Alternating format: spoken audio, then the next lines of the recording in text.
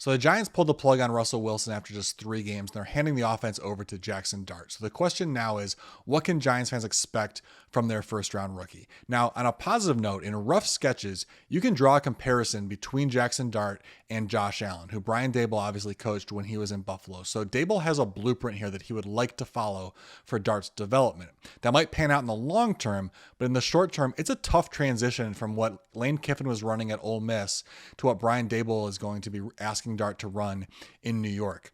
In the NFL, you've got to be able to sit in the pocket and make tough decisions, and Dart wasn't really asked to do that in college. Lane Kiffin is one of the best play callers and play designers in college football over the last quarter century, so that he was throwing to a lot of open receivers in the college game. And when he was asked to sit in the pocket and make tough decisions, he struggled with that aspect of the game. In fact, Dart's sack rate on traditional dropbacks of 3 or more steps ranked 96th in the country last year.